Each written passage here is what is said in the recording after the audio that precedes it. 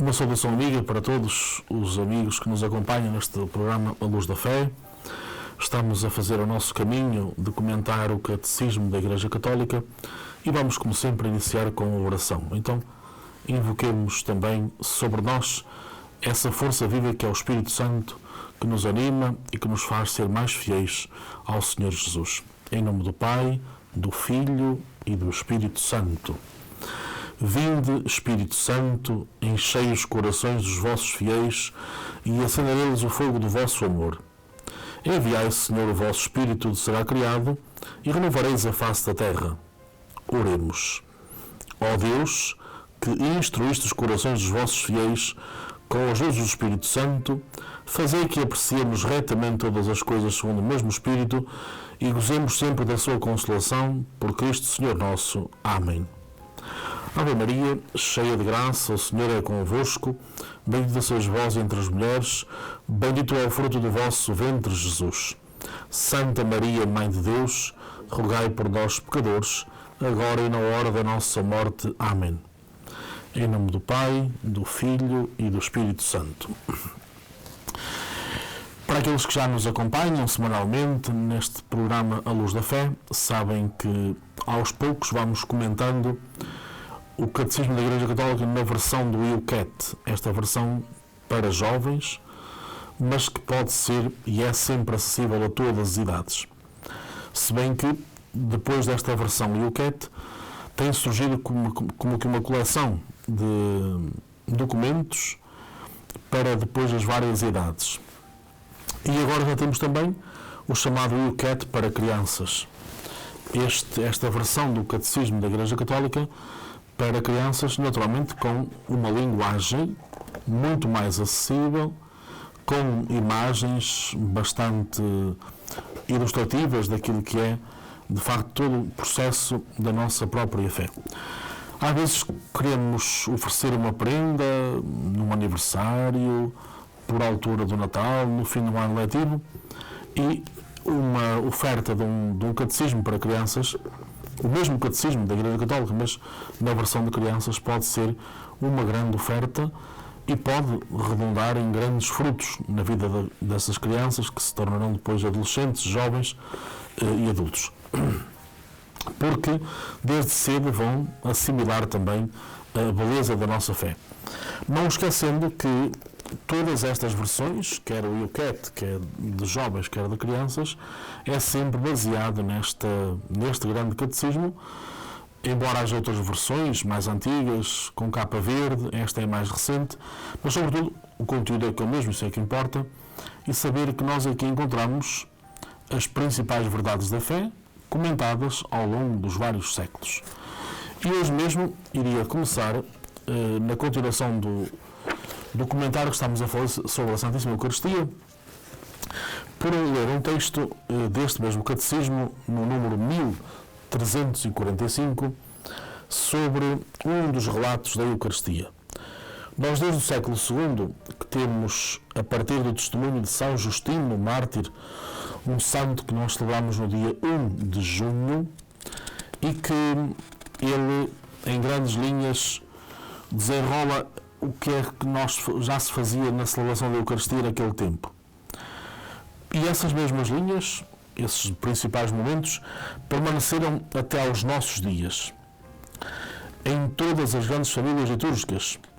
Eis o que ele, São Justino, escreve no ano 155 para explicar ao imperador pagão Antonino Pio, que liderou o seu reinado no ano 138 a 161, o que faziam os cristãos. Então diz São Justino: no dia que chamam Dia do Sol, realiza-se a reunião no mesmo lugar de todos que habitam a cidade ou o campo. Havia só uma celebração. Leem-se as memórias dos apóstolos e os escritos dos profetas, tanto quanto o tempo permite. Portanto, não havia tempo limite. Ia-se lendo, consoante o tempo que se tinha disponível. Quando o leitor acabou, aquele que preside toma a palavra para incitar e exortar à imitação dessas belas coisas. Em seguida, levantámo-nos todos, juntamente, e fazemos orações, por nós mesmos e por todos os outros, onde quer que estejam, para que sejamos encontrados justos por nossa vida e ações e fiéis aos mandamentos, e assim obtenhamos a salvação eterna. Terminadas as orações, damo-nos um ósculo uns aos outros, o que nós chamaríamos hoje o gesto da paz. Depois, apresenta-se àquele que preside, aos irmãos, pão e uma taça de água e vinho misturados.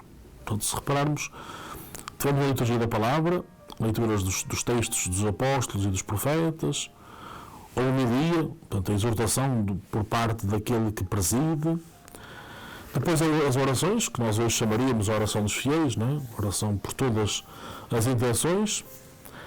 Dá-se o ósculo da paz, e teria muito mais sentido ainda que hoje este ósculo da paz fosse neste momento, não é? E não tanto na proximidade da Sagrada Comunhão.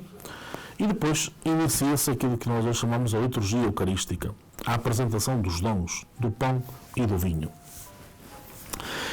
Diz que o Presidente toma-os e faz subir o louvor e glória ao Pai do Universo, pelo nome do Filho e do Espírito Santo, e dá graças longamente por termos sido julgados dignos destes dons. Quando ele termina as orações e ações de graças, todo o povo presente aclama Amém.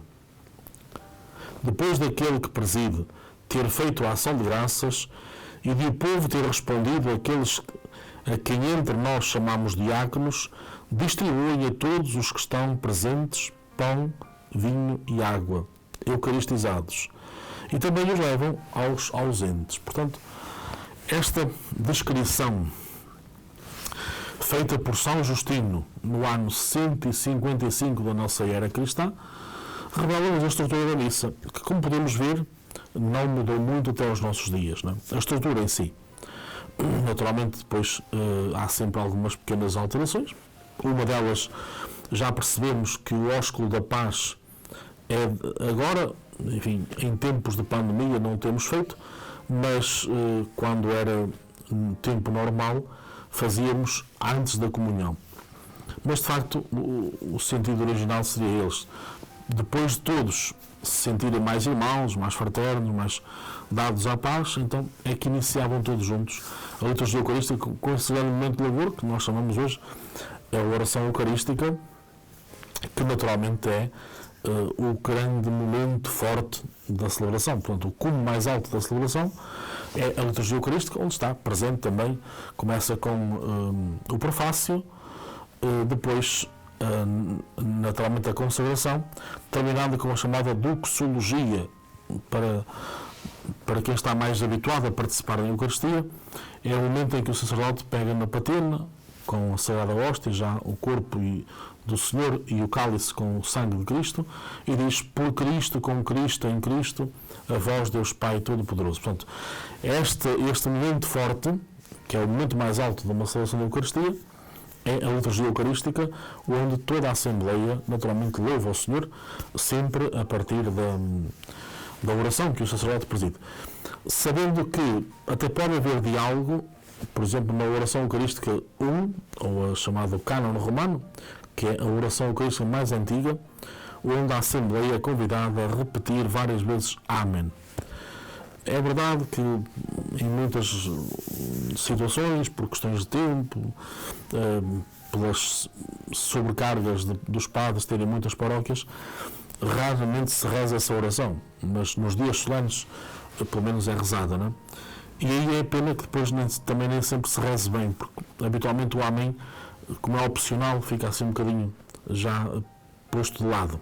O sacerdote vai dizendo tudo sozinho. Mas, na verdade, a Assembleia podia ali dialogar e deve dialogar, desde que pois, seja tudo rezado como está indicado na missal, e depois, então, a Assembleia possa dizer o Amém, que é sempre um ato de fé. O Amém não é uma oração simplista, mas é um ato muito importante de fé. Então reparem como a Eucaristia que nós hoje celebramos não difere da Eucaristia da Igreja primitiva, não é? Com algumas lições que podemos tirar, não é? Juntavam-se pessoas do campo e da cidade, portanto, não havia, digamos, a multiplicação de missas, não é? Por muitas terras, mas havia a concentração de pessoas numa só celebração, para ser bem celebrada, para se dedicar tempo a Deus, não é? Lendo os textos com o tempo suficiente para serem assimilados, para serem percebidos na realidade, escutando depois a exortação desses mesmos textos, naturalmente para que se saboreasse. Por isso é que os cristãos dizem não podemos passar o domingo sem missa, não é? De facto davam este valor importante à celebração da Eucaristia porque ela era o centro das suas vidas, não é? E apesar de não haver ainda condições, não é? Não tínhamos igrejas como as temos hoje, não tínhamos bancos, muito menos para sentar toda a Assembleia, não tínhamos som, não tínhamos tantas condições que temos hoje, mas havia de facto o essencial. Havia disponibilidade dos corações das pessoas que eram cristãs, deslocavam-se, participavam em comunhão, havia de facto uma Assembleia verdadeiramente de irmãos. E isso permitia naturalmente que então também a Eucaristia sortisse efeito, não é? Nós sabemos que o grande desafio que se coloca hoje é percebermos que não tanto o número de missas a que possamos participar, mas o efeito dessa missa na nossa própria vida, não é? Nos cristãos primitivos sabemos que havia um grande efeito, havia transformações, havia conversões verdadeiras, constantes. Era importante também que hoje aprendêssemos com este mesmo desafio da Igreja primitiva. Portanto, ou seja, a nossa referência nunca pode ser a Igreja de há 100 anos ou até mesmo 50 anos. Não. A nossa referência é a Igreja primitiva, porque aí é que tudo começou e a forma como os cristãos viviam, testemunhavam, cresciam na fé, na amizade uns com os outros. Havia de facto uma pertença mais viva na celebração. No último programa tinha já iniciado o comentário à Eucaristia, falando da procissão de entrada e depois ficando no ato penitencial. Retomo aí dizendo que o ato penitencial não é tanto para pedir perdão a Deus, porque esse perdão só acontece no sacramento da reconciliação, que é o sacramento que veremos depois a seguir noutros programas, mas é importante tomar consciência que o ato penitencial da celebração da Eucaristia é para eu próprio, eu padre e qualquer irmão fiel leigo que esteja presente na Eucaristia, tomarmos consciência de que somos pecadores. De que não estamos ali porque somos mais do que os outros, somos mais importantes que os outros. Não, somos pecadores. E é nessa condição de pecadores que nos reunimos, mas confiamos plenamente na misericórdia de Deus e que, apesar de reconhecermos que somos pecadores, e não o fazemos por vanglória, logicamente, mas sempre com humildade, e pedimos até que os irmãos rezem por nós também, que nós sejamos capazes de reconhecer com humildade essa pequenez, mas simultaneamente a grandeza do perdão de Deus. É apenas um reconhecimento, repito, não há nem há absolvição, como às vezes se diz, não. Há de facto a conclusão do ato penitencial por parte daquele que preside, mas não para absolver os pecados. Repito, eles só são absolvidos na confissão sacramental, quando eu me aproximo do sacerdote e lhe digo: Padre, os meus pecados são estes. Pronto, só aí é que acontece esse perdão total. Né? Mas é importante, não podemos ter missa sem ato penitencial.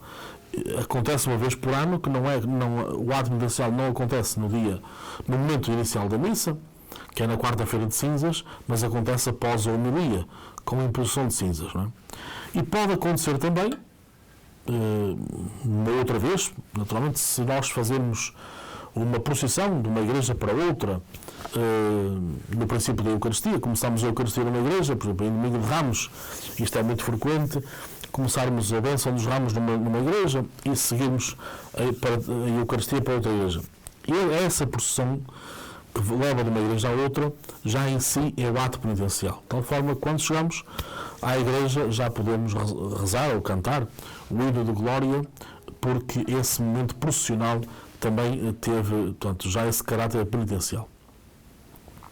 Pode acontecer, por exemplo, não só nas igrejas monásticas, mas também nos seminários, nas ordens religiosas, quando na missa se rezam as vésperas ou as laudes, é exatamente no ato penitencial, portanto já se omite esse ato penitencial e depois, então, continuamos a celebração com a oração coleta e, ainda que tenha sempre a aclamação, o Kyrie não é ato penitencial. Aproveito para sublinhar mais uma vez que não se pode achar que quando rezamos o Senhor, tendo piedade de nós, estamos a fazer um ato penitencial, mas apenas uma aclamação. Portanto, precisamos de rezar a confissão, ou então a fórmula de essa sim já equivale ao Senhor, tendo piedade de nós, que é: Senhor, que viestes salvar os corações tribulados, Senhor, misericórdia. Esta fórmula de ato penitencial substitui o Senhor, tendo piedade de nós, mas só rezar o Senhor, tendo piedade de nós não chega sem rezarmos a confissão. A não ser também que, e como quem conhece um pouquinho de liturgia, sabe que temos uma outra forma de ato penitencial, que é o rito da aspersão, que é aconselhável fazer no dia do batismo do Senhor, no tempo pascal. Portanto, no princípio da Eucaristia, o sacerdote ou o bispo que preside a Eucaristia benze a água e depois é aspergida sobre nós. Essas gotinhas de água que são aspergidas simbolizam o nosso batismo, também têm este caráter penitencial. Portanto, há várias fórmulas, né? E até podemos ver por aqui que a celebração da Eucaristia não é tão monótona como às vezes achamos que é, porque há uma variedade, desde que se possa. Naturalmente, o próprio missal apresenta-nos várias formas de celebrarmos, e se houver tempo, dedicação, gosto, zelo, nós podemos ir variando, naturalmente, não por variar, logicamente, tem que haver uma razão para explicar para esse momento. Não se pode fazer o rito da aspersão todos os domingos, porque me dá na real gana, não? Mas, sobretudo, no tempo pascal, como disse, numa solenidade, no dia do batismo de Jesus, por aí fora. Depois, outros atos penitenciais podem ir variando consoante o tempo litúrgico. Mas o importante é perceber, naquele momento, depois de já estar a Assembleia toda reunida em torno do altar, é para reconhecermos a nossa pequenez e o nosso pecado. Seguindo-se depois essa aclamação, para que o Senhor tenha realmente piedade de nós, tenha misericórdia de nós, aos domingos e dias solenes, sobretudo no tempo comum, tempo Natal, tempo de Pascal, nós rezamos ou cantamos o Glória, né? O Glória, que foi o grande cântico que os anjos cantaram aos pastores de Belém, que estavam de facto admirados com esse grande anúncio de que nasceu o Salvador. E depois entramos na oração coleta. A oração coleta é aquela que nos convoca para a escuta atenta da palavra. Portanto, e se repararmos, ela é uma síntese do que vai ser proclamado depois.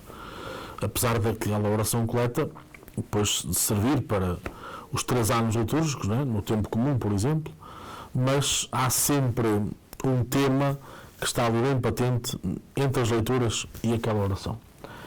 O sacerdote diz: oremos, e faz um pouquinho de silêncio para que toda a Assembleia se concentre. Até porque viemos de um momento forte de oração, em que rezamos todos ou cantamos todos, e depois é preciso sempre criar ali um bocadinho de silêncio. Então, o convite do sacerdote é: oremos, vamos rezar todos. Não é só o padre que vai rezar, mas é toda a Assembleia. O padre vai proferir as palavras em nome da Assembleia, e por isso é que depois no final da Assembleia diz: Amém. Assim seja. Acreditamos nisto que tu disseste, não é? Queremos que estas palavras que tu disseste sejam de facto para Deus. Então essa oração convida-nos depois ao recolhimento. Sentámos-nos para estudar a palavra de Deus. E era importante que os leitores tivessem sempre alguns cuidados, não é? A proclamação da palavra deve ser primeiro preparada em casa, pelo menos no dia da celebração, ver o lecionário na sacristia, por exemplo, ou noutro espaço que haja adequado na igreja da nossa comunidade, para vermos a leitura, até para vermos se realmente está na página da direita ou da esquerda, se temos que, durante a leitura, virar a página. Tudo isto importa, porque senão corre-se o risco de quando eu virar a página, ou não me apercebi que tinha que virar, depois estou ali aflito, depois estou nervoso e viro 2 páginas e acontece, como aconteceu já uma vez numa paróquia, a pessoa começou na primeira leitura e acabou no Evangelho. Quer dizer, leu a primeira leitura mais o Evangelho. Ora, temos que evitar esses erros, não é? Até porque desperdiçar a proclamação da palavra de Deus é desperdiçar também essa beleza que é o próprio Deus. Portanto, assim como se nós deixarmos cair uma hóstia consagrada ao chão, ficamos naturalmente suspensos, até com a respiração em suspenso, porque é Jesus que cai ao chão. Uma leitura mal proclamada, não preparada, é a palavra de Deus que cai ao chão. Isso não podemos permitir. Portanto, temos que proclamar bem e proclamar de forma que a Assembleia, através da minha voz, compreenda o que Deus está a dizer. Depois, compete ao que preside, naturalmente, tornar mais clara, mais acessível essa palavra. Mas não posso esquecer que a palavra de Deus é que transforma, não é a palavra dos homens. Então é muito importante que aquela palavra, ao ser proclamada, vá tocando os corações. Não podemos esquecer um texto que nos é proclamado no 3º domingo do tempo comum, e se não estou em erro, no ano C, que é do livro de Esdras.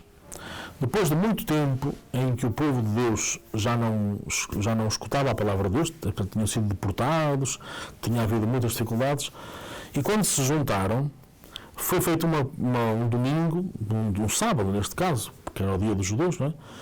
Dedicado à palavra de Deus.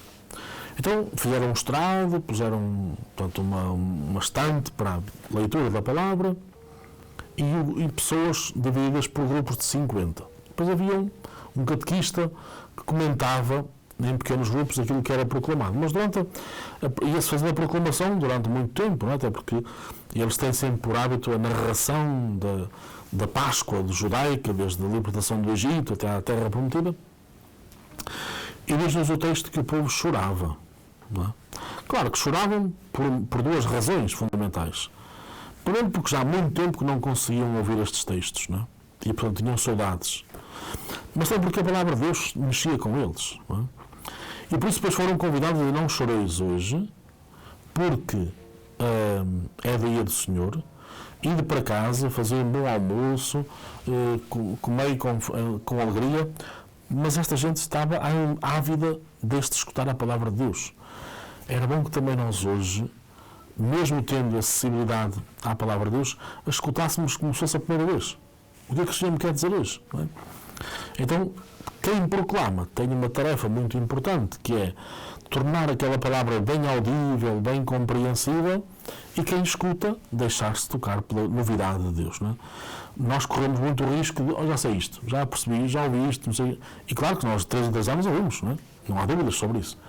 De 3 em 3 anos os textos repetem-se, mas quando o encontro com Deus é por amor, não há repetição, há sempre novidade. Então é isso que é fundamental, percebermos como é que de facto quer os leitores se preparam bem para este ministério, quer a Assembleia está preparada para acolher a primeira leitura, o Salmo, a segunda leitura, o Evangelho, de facto perceber exatamente a linha condutora, o fio que vai perpassando por estas 3 leituras, como é que nós as vamos acomodando, não é? Que é que nos vai ficando no coração. Depois a homilia pode ajudar, sem dúvida, tem que ajudar, não é? Mas o importante é perceber a palavra de Deus foi tocando já o coração das pessoas. Foi despertando alguma ânsia de fazer melhor, de estar mais em sintonia com Deus. Então é importante perceber que há aqui uma tarefa. Reparem, é aquilo que disse já para a Sagrada Comunhão, digo para a Palavra de Deus. Se efetivamente as nossas participações na missa não nos têm transformado como deveria, é sinal que temos que fazer um grande exercício, um grande esforço para perceber, então, porque é que já vou à missa há tantos anos e não há transformação, não é? E até dizemos mesmo que não sabemos nada, que não conseguimos compreender, não conseguimos fixar. Não é uma questão de saber, nem de fixar, nem de curar, mas é questão de que Deus mexa connosco, não é? Então seria importante valorizarmos bem, além da que, seja como intervenientes, como servindo a Igreja e a nossa comunidade nos diversos ministérios, não é? Seja porventura estando como Assembleia, é importante perceber que o Senhor quer manifestar-se, quer transformar, quer mudar-nos, para depois nós podermos também contribuir com o nosso testemunho para a mudança deste mundo concreto, isto é, para que haja mais lugar para Deus no coração de cada pessoa. Ficamos por aqui hoje, sabendo que esta temática é tão profunda, tão importante, que nós precisamos de também, se calhar, redescobrir. E o Catecismo tem esta vantagem, a beleza da celebração da Eucaristia. Não achar uma coisa banal, não achar uma coisa... Já é assim, já sabemos de coisa de cor salteado, seja da nossa parte dos padres, seja da parte do povo, dos fiéis, não é? Não, a Eucaristia é sempre nova. É sempre como se fosse a primeira Eucaristia, e isso é que nos pode transformar. Vamos pedir então ao Senhor que nos dê a sua bênção para que possamos celebrar bem. Quem preside bem, quem exerce ministérios que os faça bem, e quem participa, mesmo sem os seus ministérios, que participe bem, de forma sempre ativa. Ninguém está passivo na missa, estamos todos ativos, porque Deus está a transformar cada um de nós. Que a bênção do Senhor nos ajude a sermos mais celebrantes, condignos da celebração da Eucaristia. E esta bênção do Senhor seja derramada sobre todos nós, em nome do Pai, do Filho e do Espírito Santo. Bendigamos ao Senhor.